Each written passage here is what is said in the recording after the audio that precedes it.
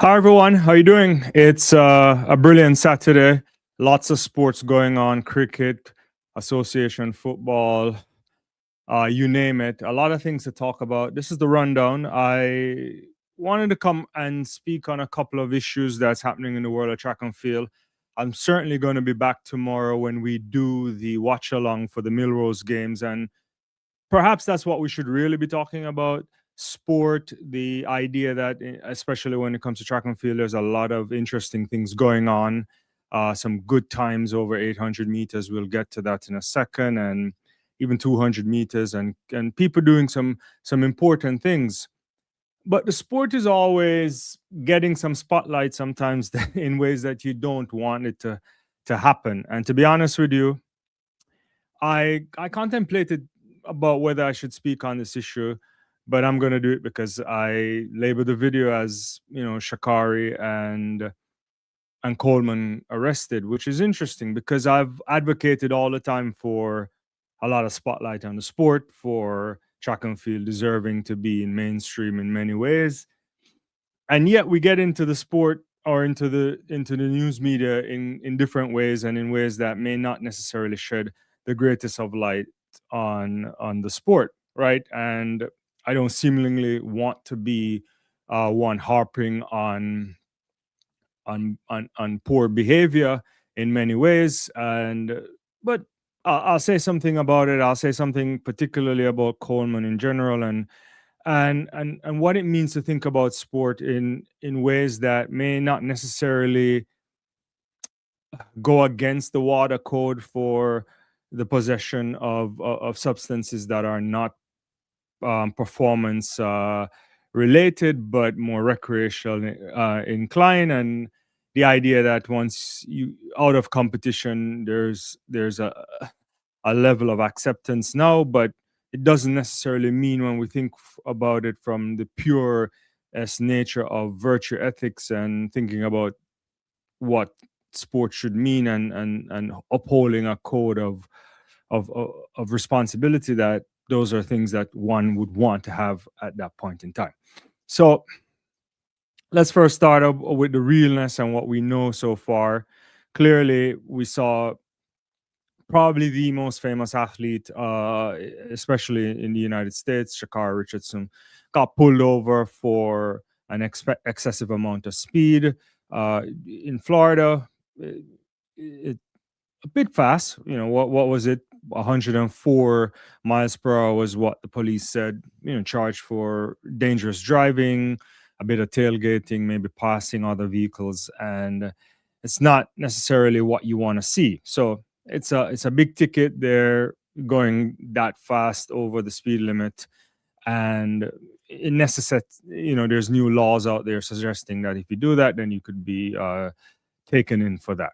Now, that happens. There's videos of it. Her asking not to be arrested. I don't know what to make of it. I think driving that fast seems a bit out there. You probably shouldn't be doing that, but I'm not here to cast judgment on that. So, in any kind of realistic way, the only thing I would say is that this is just like, again, we've seen the incident that happened close to the World Championships, the trials, last year. Then you end up in a situation again where you are having an interaction with law enforcement. That certainly isn't what you would necessarily want to have happen to one of the biggest names in the sport, and that certainly probably doesn't go down well with the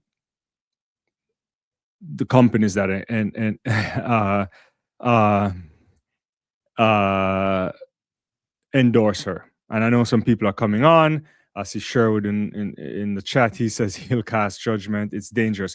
Yeah, I think it's very dangerous. In that context, I agree with you. I don't want to overblow the situation of the speeding. It is certainly not something you should do. Like going that fast, if assuming that the radars collaborated properly, and I don't have any expectations that that's not the case.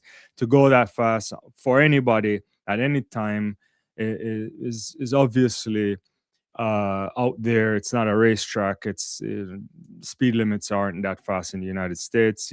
70 miles per hour, you probably get away with an 85.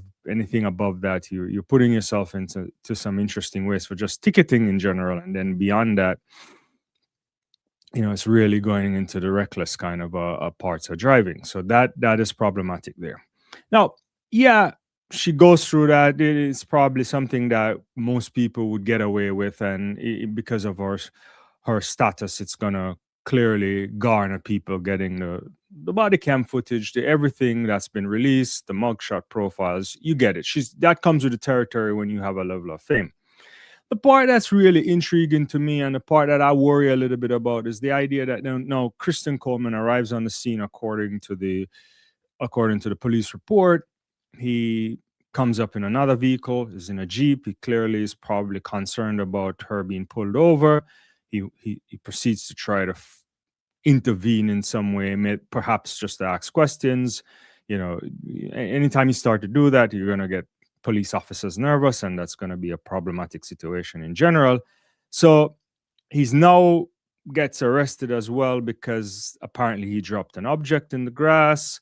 So he's arrested for intervening in some ways, refusing to comply, resisting arrest, I guess, is the official type of terminology there. He wasn't violent in any kind of way, but then he's been charged for having some drug paraphernalia. And so I guess they search the vehicle at some point and they find something that suggests that he could, there's either suspected for cannabis or some kind of green leafy material is present in the car with some smoking device. Now, this is the kind of interesting thing where a lot of people have a lot of concern about. And look, if it's marijuana, if it's one of those kind of drugs, if it's a recreational drug, it doesn't meet the standard for performance enhancing. And we all know that. I don't have much to say about it. I'm not casting aspersions on, whether he's taking it or whether it was in his system, because we don't know if he was taking it, right? Like we just don't know. But the question is, why is that in your vehicle is always going to come up in some capacity here. Now, even though WADA has this interesting code about when you can take you can take these I'm trying to use words that doesn't flag the algorithm, but I guess it doesn't matter. So when you can take there's some substances you could probably do outside of competition that no one worries about in terms of your performance. And the lists, you could go on the WADA code and see the list, right? In competition rule is where that kind of becomes problematic. So if you take this and it's above a certain level in competition, it's going to count towards a positive test, and you can be suspended. You could face a bunch of different charges for that kind of stuff. My issue with all of this is that, and I've always said this in sport, and perhaps because I just think that there's the legality of things and there's the ethical kind of demands for top class athletes. And there's a spirit of sport. Sport is not just only competition or arrangement. There's a level of spirit involved in terms of our normative arrangement that comes over time, right? The idea of ethics, fair play, the kind of honesty, a level of character, and so on. And definitely you have to respect the rules and whatever is there. And so ultimately choosing to be around or taking, so I don't know if he's taking, so I want to make that abundantly clear, but be in the vicinity of things that we don't believe should be connected to the sport, or at least right now, the prevailing wisdom is that it should not be connected to the sport, lends itself to kind of questionable behavior. It lends itself to us starting to think about, like, why would you want to be in that kind of situation? Is it asks more questions than we have answers for, right? Like, you just don't want to be in that kind of situation. And so I am left to think that it's not a good situation, right? And I don't like it. I definitely don't like it. I have to speak on it. I don't know what else to say. I think that's even worse to me than the speeding part of a situation. It makes me question a lot of things I don't have. eh, Yeah, it puts the sport in an interesting way, and we're talking about very high profile athlete here. And then, not to mention, obviously, you end up in a situation where three of the biggest US stars are in and around the same situation, right? TT Terry's there at the end. She obviously doesn't get she gets cited for maybe stop. I think she got cited for stopping at a limited access way, so that means it's a more of a traffic violation there. But apparently, obviously, all of them probably came on the scene in support of Richards and of Sha'Carri, and so it's fine, right? Like, I think that may happen there, but all of them end up in the news, and it's not a good look for track and field, especially when what happened, say, last week in Melrose, not Melrose, in New Balance, and what's going to happen in Melrose tomorrow should be all the talking points that we want to make. It should be about what's happening on the collegiate scene and the performances and why that's important. And then everywhere you look, is people who never talk about track and field are talking about this event, and that to me is never what you want to see in the sport. So yeah. How you doing, Objectivity? Objectivity is in the house. Greetings to you. I hope everybody are doing well. I just, I didn't give much notice for this rundown, but I wanted to come and just kind of speak on a few things that are happening in the sport as usual.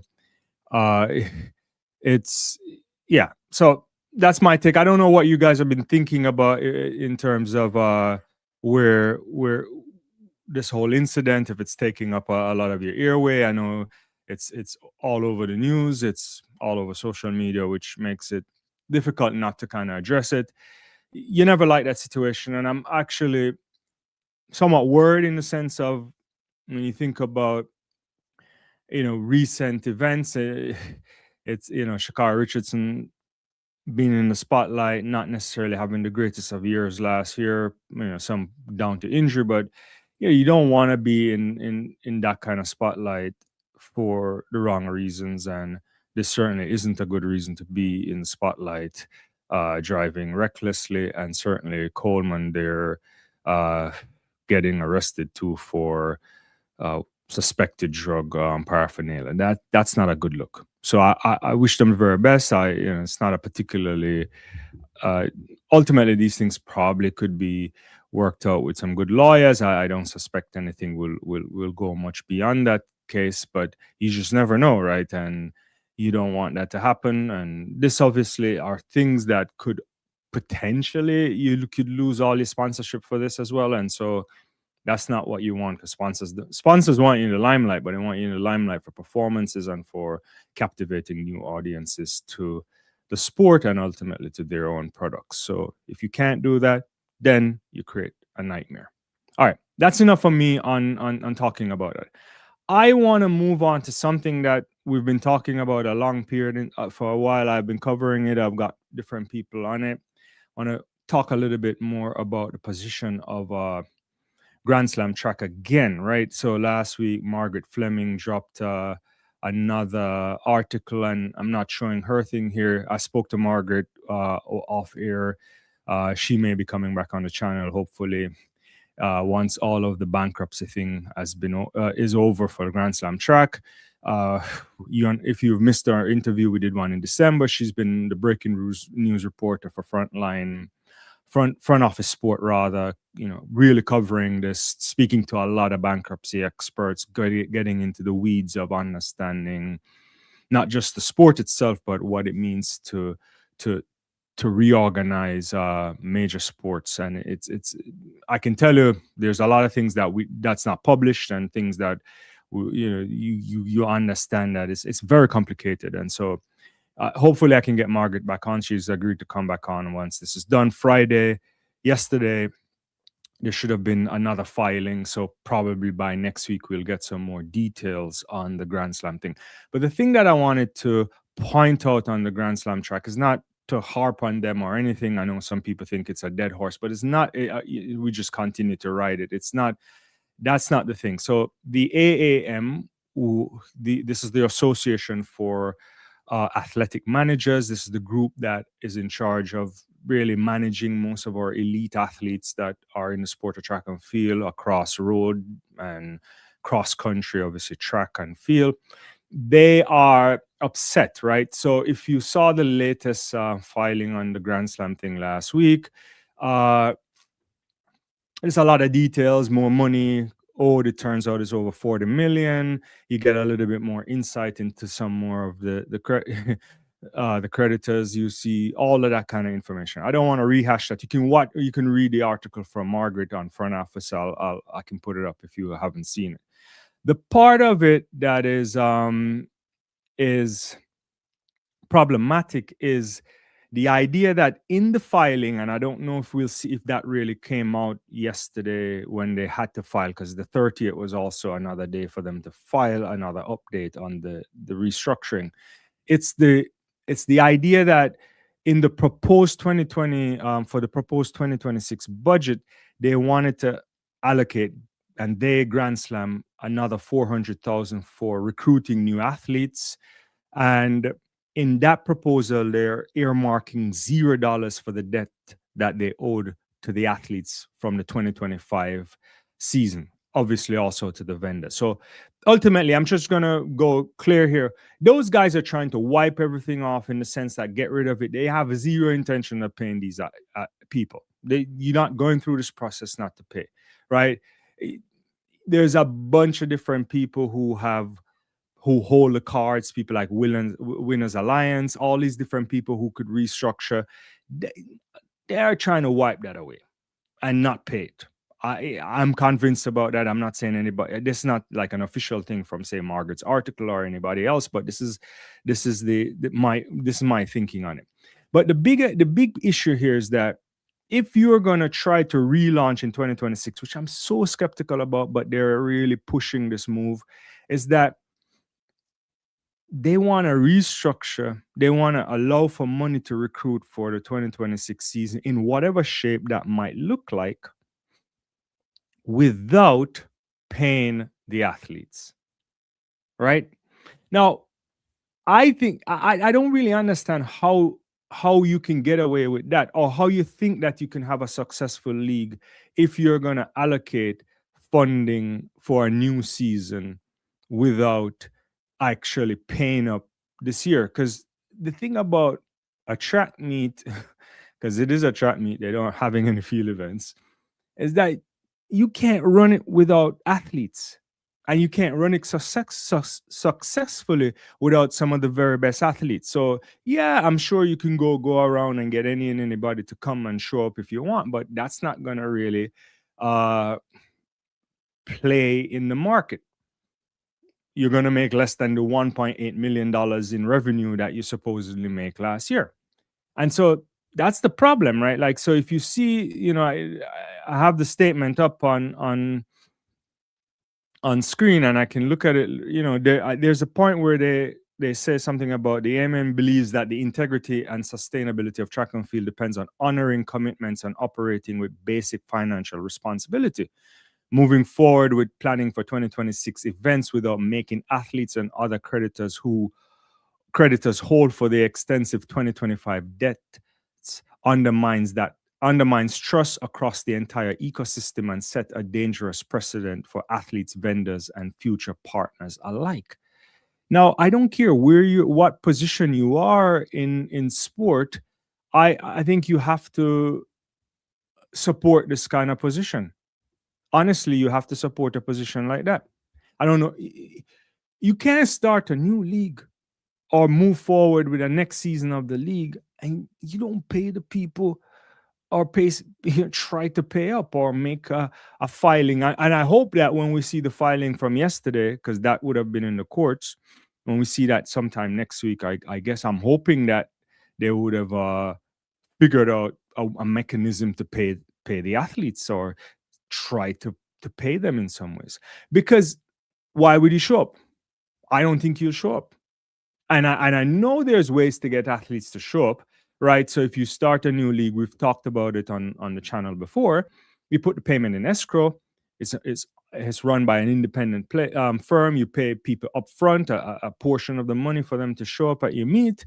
If they get it, if it clears, once you get there, you do your performances and whatever you're supposed to get in terms of winnings. If you won what position you come in the races, then the other it gets automatically paid out.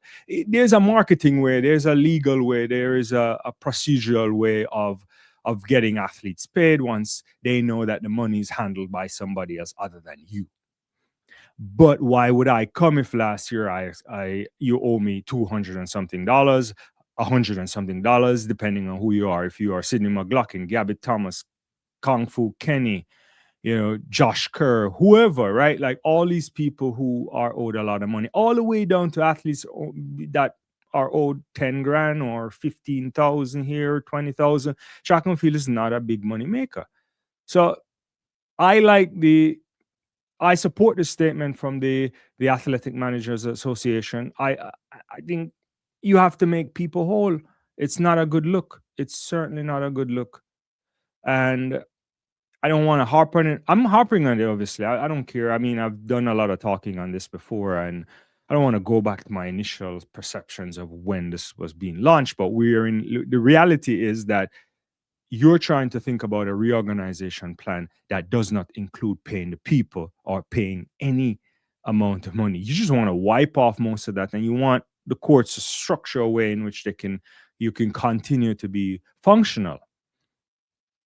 Certainly, I think any athlete that is owed money, any athlete who participated last year, should not show up. I know there's some athletes that are under contract in a particular way who sign multi-year deals with GST, so they may have to show up in some capacity, but I'm sure that the good lawyers can get them out of that for sure. If you are Alison DeSantis, I think he has a multi-year deal. You get out of that, right? And that's not a place you want to be if you can't guarantee that you would be paid there. So I just wanted to mention that too. I wanted to harp on that because I think that's problematic in any way. I don't want to go through the whole structure. There's you can read Margaret's article again that came out last week. Really good work from her. I spoke to her, I think in the week shortly after she released that article, and we might be able to do something again, because the thing about it is so fluid. You have to file the next stage of this process would have been yesterday to fully sketch out the Chapter 11 reorganization plan. Once that's in, see what the courts have to say, or the judge has to say rather, and then we'll get to the next stage of this. Cool. Let me get to some comments here. Herbalman 6337 says, and that another thing, I guess thinking mean that Christian is very mild mannered and even though I wasn't there, I can pretty much assure you that he did not cause any problems, but they file that just to justify the racist cause. No, that's an interesting thing you're saying. He was whatever the charges said, they didn't say violent or anything, so I suspect he walked away, but he was probably trying to get information. I'm definitely not casting aspersions there. My issue is that the fact that there is something in the car that they found, unless we're saying it wasn't there, right? So we'll have this is interesting, right? But I'm really concerned about that part too, even though it's non-performance enhancing. I'm just like, why? That's that you want to stay away from that kind of thing. It doesn't bode well when we think about a lot of things. Yeah. What's up, Imran? How you doing? Hope you're doing well. So those were the two main things, I felt like I wanted to come on and talk about. Tomorrow I'll get into some other results too that I really find really interesting, and maybe talk about a few things that I've been mulling around before we get out of here. And thanks everybody for jumping on to the rundown today, and for liking and sharing and your continued support of the channel in many ways. Really appreciate it. So Millrose is happening tomorrow. We've lost a few athletes. We knew from the other day Josh Howie wasn't going to be there after breaking the world record.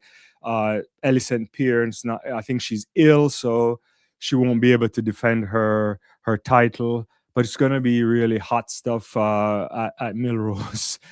Tomorrow it's just gonna be crazy stuff. I want to make a mile. Can Yared Nagus go for another one? It's gonna be stacked. Nico Young, Hobbs Kessler, Cam Myers gonna be there. The Australian kid. It's gonna be one of those big races. Look forward to Sinclair Johnson as well.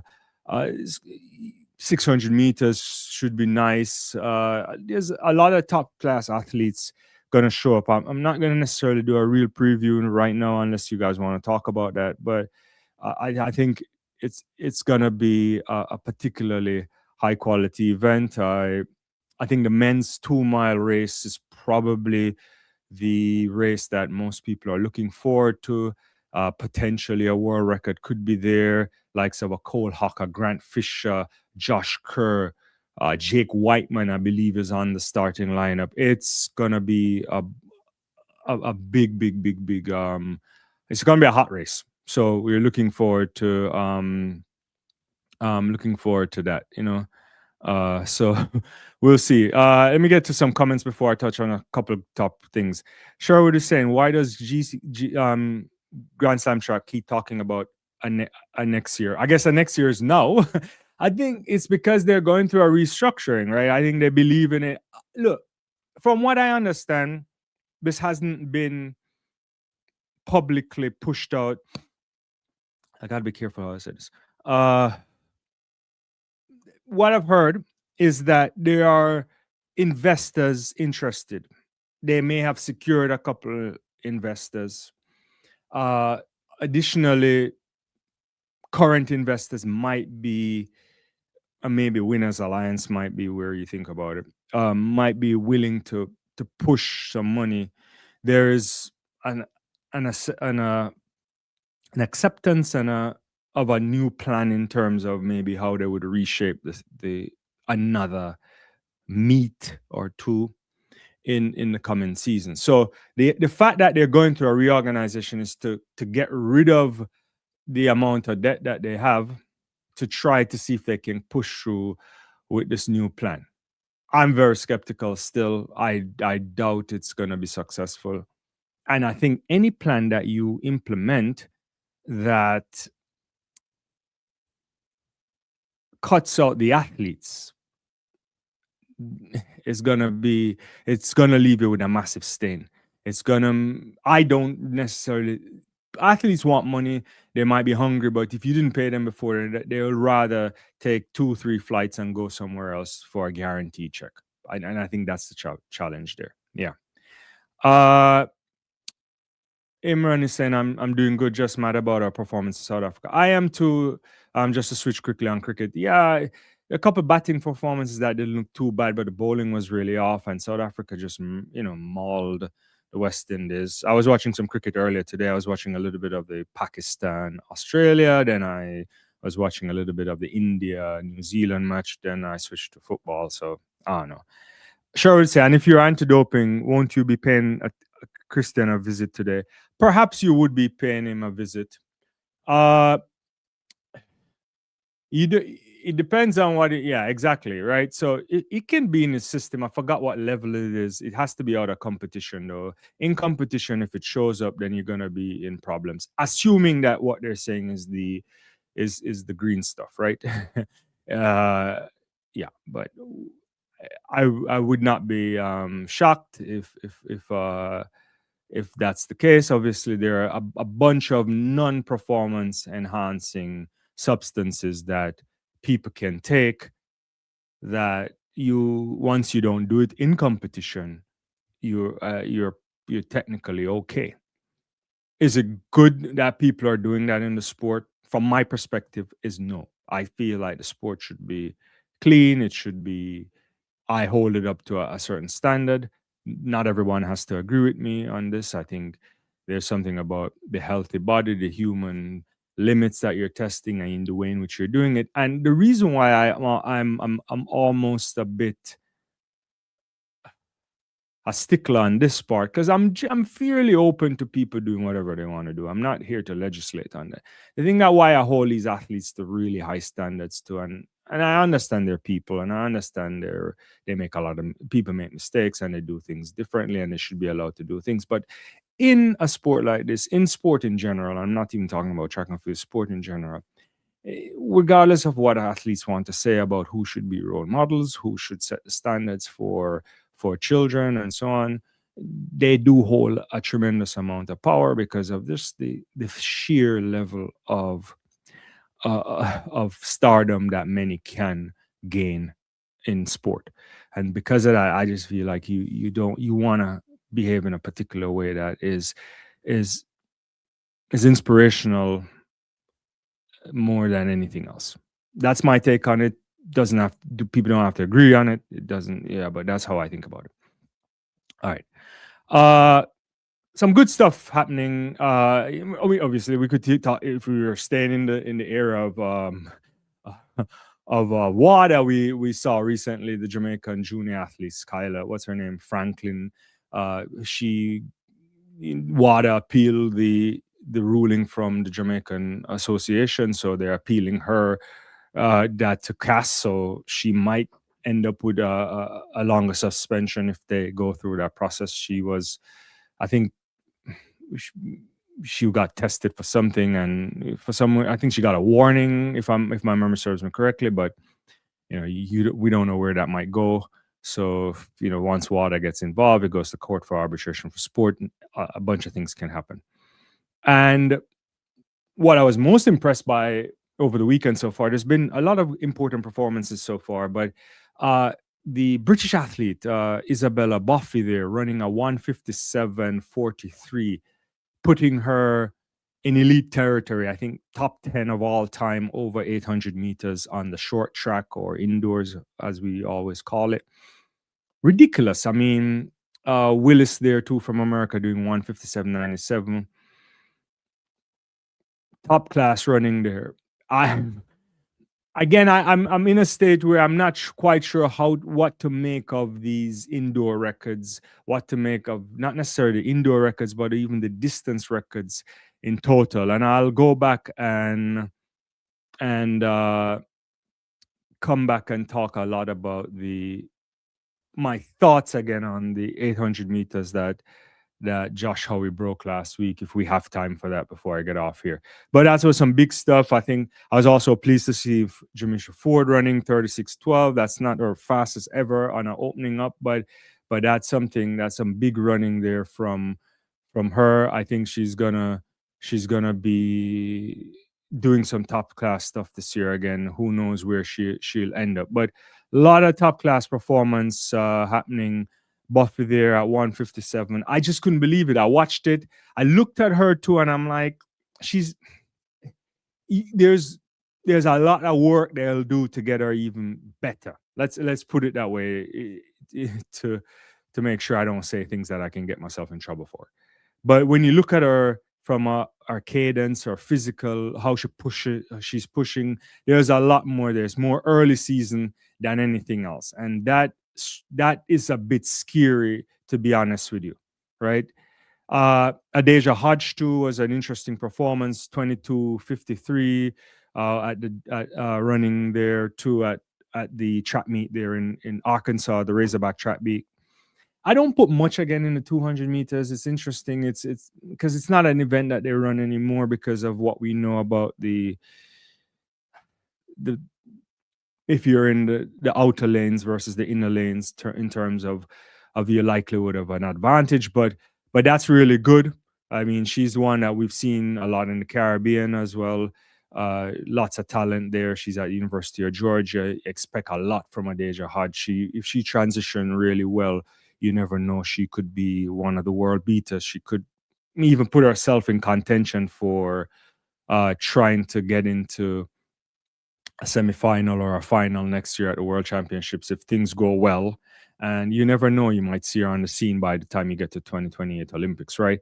So a lot of interesting stuff happening in the collegiate circuit as well. Some good stuff also happening on the circuit, and we'll see some more tomorrow. A couple more comments before I move forward. Susan is saying, Happy New Year, my friend. All blessings flow your way continually. Thank you so much. That's very kind of you. I echo the similar sentiment. Thank you so much. Objectivity again, the stupidity of going 104 miles on the street is putting other lives in danger. I'm reminded of Henry Ruggs, wide receiver. Yeah, it is. I mean, it's not. You don't want to. You should not be doing that. It's inexcusable. We can't. I don't think anybody can get around that. You can't buy your way out of it. It's just not something that you should be doing. It's just not something that you should be doing. Yeah, yeah. Uh, Mark is saying 155 world record, 800 women could be broken at indoors. Difficult to get a spot at Team GV, only 2 spot. It is. I think it might go. It possibly could go prior to the World Indoors as well, given what we've been seeing on the circuit so far. I mean, it is interesting. I think, and more so, even if we go outdoors, the world record is more in sight. We saw it last year, and a couple years before as well. It's possible that the world record could go. It's a very tough world record outdoor as well, and for a number of reasons that we can get into or not get into today. But I think 154s are now the standards, right, in terms of getting to the outdoor performances if you want to guarantee yourself on a medal podium. And things are moving in a direction that is interesting, right? And it brings me up back again, since you brought up this 800 meters, and I just don't know where to go. I'm now stopping on all these distance records in terms of where they may go, and I mean all of them, right? So we've seen over the last few years, obviously Fate doing some stuff good off before, Beatrice Chibet, all of that stuff. On the men's side, we've seen an explosion of guys going sub 143 now. Speaking of that, Handel Roban too, running 144 and change yesterday. Was it yesterday or the day before for Penn State? This is a guy who ran 142 this year at NACAC games.